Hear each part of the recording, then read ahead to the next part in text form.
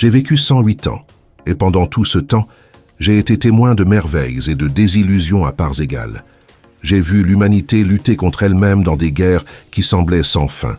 Et j'ai aussi vu un homme poser ses pieds sur la Lune, nous rappelant que les limites ne sont parfois qu'un mirage. J'ai vu des téléphones qui semblent penser par eux-mêmes et des gens courir derrière des écrans en oubliant de lever les yeux vers le ciel. Mais par-dessus tout, j'ai observé comment les êtres humains se rapportent à ce qu'ils mettent dans leur corps, parfois avec une grande déconnexion de la nature et d'eux-mêmes. Je m'appelle Hattie May, et les médecins qui m'ont jadis parlé du cholestérol et des règles strictes ne sont plus parmi nous. Ils arrivent avec leurs diplômes, leurs ordonnances et leurs nouvelles pilules, enseignant ce qu'ils considèrent correct, mais souvent ce ne sont que des mots au service des entreprises et des marchés, pas du véritable bien-être de l'être. Je ne viens pas prêcher avec des chiffres ou des graphiques, mais partager la sagesse transmise de génération en génération, celle que l'on apprend en écoutant la Terre, en observant les cycles du Soleil et de la Lune, et en respectant le cadeau que la vie nous offre, la nourriture qui nous nourrit vraiment. Sur mon chemin, j'ai fait confiance à 7 aliments qui, selon moi, maintiennent mon corps et mon esprit en harmonie jusqu'à aujourd'hui. Le premier est l'objet de nombreux débats, le café. Un bon café noir, fort et parfumé que je prends chaque matin depuis l'âge de 16 ans. Certains disent qu'il peut causer des problèmes, qu'il est un poison déguisé en plaisir, mais le vrai danger réside à vivre dans la peur. Le café réveille l'esprit et purifie l'âme, comme un gong annonçant le début de la journée. Il contient des antioxydants, oui, mais il nous rappelle aussi quelque chose de plus profond. Chaque réveil est une opportunité, et savourer la simplicité n'est pas un péché, mais une méditation. Que son parfum inonde votre âme chaque matin est un rappel que la vie, même dans le quotidien, peut être sacrée. Buvez le noir sans sucre ni crèmes artificielles, car tout ajout ne fait que troubler l'essence pure de l'expérience. Un autre cadeau de la nature est constitué par les baies, de petits joyaux que j'appelle la douceur du divin. Myrtille, mûre, framboise, tous les fruits sauvages qui poussent sous le soleil et la pluie. Quand j'étais enfant, je les ramassais derrière la maison, ressentant chaque texture et chaque parfum. Et aujourd'hui, je les achète en magasin, mais un petit point quotidien ne manque jamais. Elles sont sucrées, oui, mais ne contiennent pas le poison que le sucre raffiné introduit dans notre corps. Elles sont remplies de polyphénol, la couleur du fruit servant à la fois de bouclier et de médecine. Mon père disait toujours « la médecine est dans la couleur ». Et c'est vrai. En voyant leur rouge, bleu et violet, nous savons qu'elles nous offrent protection, qu'elles nous relient à la terre et à l'harmonie naturelle du corps. Les manger est un acte de gratitude, une méditation en mouvement. Sentir leur texture, leur parfum, leur douceur, et se rappeler que la véritable nourriture nourrit le corps et l'esprit.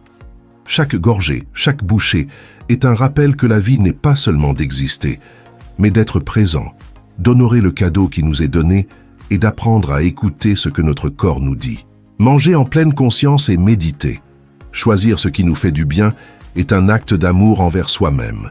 Et ainsi, pas à pas, je nourris mon corps avec ce que la terre nous offre, et mon âme avec ce que le temps m'a enseigné. La véritable longévité réside dans la simplicité, la connexion et le profond respect de la vie. Le troisième aliment que je considère essentiel vient de l'eau, des rivières et des mers, qui nous rappellent la fluidité de la vie. Les poissons gras comme le saumon, les sardines et le maquereau. Quand j'étais enfant en Géorgie, le saumon était un luxe que peu pouvaient se permettre. Mais nous avions toujours des sardines, et nous les mangions directement de la boîte, avec la simplicité de ceux qui n'ont pas besoin d'artifice pour profiter de la vie. Mon mari plaisantait en les appelant le déjeuner du pauvre, mais pour moi ce fut toujours la médecine du riche, un humble cadeau qui nourrissait le corps et l'esprit. Notre cerveau, cet organe merveilleux qui soutient notre conscience, est composé en grande partie de graisse, et il a besoin de graisse propre et saine pour fonctionner clairement. Les acides gras comme l'EPA et le DHA sont comme de l'huile pour un vieux moteur. Ils maintiennent l'esprit agile, serein et libre de la tristesse qui peut s'installer silencieusement. Certains craignent le mercure, mais je crains davantage un cerveau qui oublie les noms de ses propres enfants, un esprit qui se perd dans la confusion du trivial. Je préfère mes poissons et tous leurs bienfaits. Et en les mangeant, je me rappelle que notre esprit et notre corps sont un temple que nous devons honorer. Le quatrième aliment est l'œuf complet, un autre joyau de la création que l'on nous a enseigné à craindre pendant des décennies. On nous avertissait que le jaune obstruerait nos artères et nous éloignerait de la longévité. Mais la vérité est que le jaune concentre la force vitale, choline pour le cerveau, lutéine pour les yeux, un petit paquet parfait de vie que la nature nous offre sans artifice. Personnellement, chaque matin, je mange 2 œufs, frits dans la graisse qui apporte saveur et énergie, et mon cœur continue de battre avec l'harmonie d'un vieux tambour, constant et ferme. Le 5e aliment surprend beaucoup de jeunes. La viande rouge, de préférence d'animaux élevés en plein air et nourris à l'herbe. Certains mettent en garde contre ces dangers, mais le corps humain, lorsqu'il est traité avec respect, a besoin de ce que cette viande nous offre. Fer pour la force, vitamine B12 pour la clarté mentale, carnitine pour l'énergie des muscles. Se sentir faible n'est pas un signe de l'âge, mais de la déconnexion avec la terre. La véritable force vient de la nature, de l'herbe qui pousse sous la lumière du soleil, transformée par la vache en énergie pure que notre corps peut recevoir avec gratitude. La manger consciemment, c'est se rappeler notre relation sacrée avec la terre et les êtres qui y vivent. Le 6e aliment est un peu différent, mais tout aussi essentiel, les aliments fermentés. Nous ne les appelions pas ainsi. C'était la choucroute, les cornichons, le babeur. Des aliments vivants, remplis de bonnes bactéries qui équilibrent notre système digestif. L'intestin est comme un jardin. Si l'on ne permet que les mauvaises herbes, tout se fane. Mais si l'on nourrit la terre avec ce qu'il faut, elle fleurit en harmonie. Ces aliments fermentés restaurent le bon, équilibrent la digestion et soutiennent la santé de tout le corps. Un intestin heureux n'est pas seulement un symbole de bien-être physique, mais le reflet de la paix intérieure. Lorsque notre intérieur fleurit, notre vie aussi. Chacun de ces aliments est un rappel que bien vivre n'est pas un secret, mais un acte d'attention, de gratitude et de respect envers ce que la nature nous offre. Manger en pleine conscience, c'est méditer en action. C'est apprendre à écouter ce que notre corps nous chuchote, à valoriser le simple et le vrai.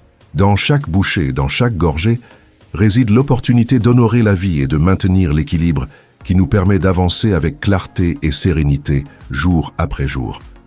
Le 7e et dernier aliment est mon petit plaisir secret, le cacao cru. Je ne parle pas du chocolat transformé et sucré qui envahit les magasins et les vitrines, mais de la poudre sombre et amère, celle qui sent la terre, la pluie récente et la magie ancienne. Chaque matin, j'ajoute une cuillère à café à mon café.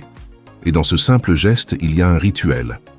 Un rappel que même dans les petites choses, le sacré peut se révéler. Il contient un composé appelé PQQ, qui aide notre corps à générer de nouvelles mitochondries, l'étincelle vitale qui renouvelle notre moteur interne. À mon âge, cela réveille l'esprit, illumine l'âme et donne un élan silencieux d'énergie. Un secret gardé par la nature et qui, pour celui qui observe attentivement, fonctionne merveilleusement. Alors voilà, café, baies, poisson gras, œufs, viande rouge, aliments fermentés et cacao. Cette liste ne correspond ni aux publicités télévisées, ni aux régimes à la mode, ni aux recettes des célébrités. C'est la vérité que l'on apprend avec la vie, la sagesse transmise de génération en génération et qui nous rappelle que nous faisons partie de quelque chose de bien plus grand que nous-mêmes. Mais il y a quelque chose d'encore plus profond. Ce n'est pas seulement la nourriture qui soutient la vie, mais notre esprit. La nourriture est le carburant qui fait fonctionner le corps, mais le véritable moteur est le cœur, la conscience et la raison de vivre. Chaque jour, nous avons besoin d'un but qui nous élève, de personnes à aimer, et d'un fil de foi qui nous rappelle que chaque aube est un cadeau.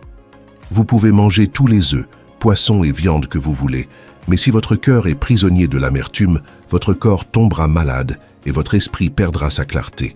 Apprendre à pardonner, même lorsque le cœur sent qu'il n'en peut plus. Apprendre à trouver un sourire même lorsque la tristesse pèse comme un nuage. Prendre un moment pour s'asseoir en silence, contempler le ciel teinté par le coucher du soleil et remercier pour un nouveau jour. Voilà en vérité les pratiques qui soutiennent la longévité et la sérénité. Je me souviens d'un après-midi d'automne, quand j'avais un peu plus de 50 ans. Je me suis assise sur le porche de ma maison, une tasse de thé chaud à la main et la brise effleurant mon visage. Le soleil descendait lentement, teignant les champs devant moi d'orange. À ce moment-là, j'ai pensé à toutes les erreurs que j'avais gardées avec rancune en moi, à tous les mots qui m'avaient blessé et que j'avais répétés en silence. J'ai respiré profondément, laissé la vie m'enseigner la patience, et pour la première fois depuis longtemps, j'ai relâché le poids que je portais. Cet après-midi-là, j'ai compris que pardonner n'est pas seulement un cadeau pour les autres, mais un baume pour son propre cœur. Chaque bouchée que nous prenons peut se transformer en méditation, chaque gorgée en prière silencieuse. Même préparer un simple petit déjeuner peut devenir un acte sacré si nous le faisons avec attention et gratitude. J'aime me souvenir de ma grand-mère quand j'étais enfant, coupant les fruits avec tant de délicatesse qu'on aurait dit qu'ils se parlaient entre eux, comme si chaque morceau de pomme ou de mûre racontait une histoire. Manger ces fruits n'était pas seulement se nourrir, c'était apprendre à apprécier la beauté de la vie dans le quotidien, reconnaître que chaque instant est un cadeau qui mérite notre présence. Si vous accompagnez ces gestes d'aliments qui nourrissent votre corps et votre âme, et que vous le faites avec patience, en écoutant les rythmes de la nature et de votre propre être, vous pourrez rester fort, serein et vital pendant de nombreuses années. Vivre pleinement ne consiste pas à suivre des formules magiques ou des secrets publicitaires. Il s'agit d'harmonie. L'harmonie entre ce que vous mangez, ce que vous ressentez, ce que vous aimez et la façon dont vous marchez dans le monde. Je me souviens aussi d'un voyage à la montagne, déjà avancé en âge, où j'ai passé plusieurs jours seul. Chaque matin, je marchais parmi les arbres, écoutant le murmure du vent et le chant des oiseaux. Je m'arrêtais pour cueillir des baies sauvages que je trouvais sur mon chemin. Ce petit geste simple et humble est devenu un rite de gratitude. Mâcher ces baies, en sentant la terre sous mes pieds, était comme recevoir un cadeau direct de la vie. Même une simple poignée de fruits ou une gorgée de café peut devenir un sacrement si nous les prenons avec conscience, nous rappelant que chaque aube est une opportunité de renaître, d'honorer l'existence et de se réconcilier avec soi-même.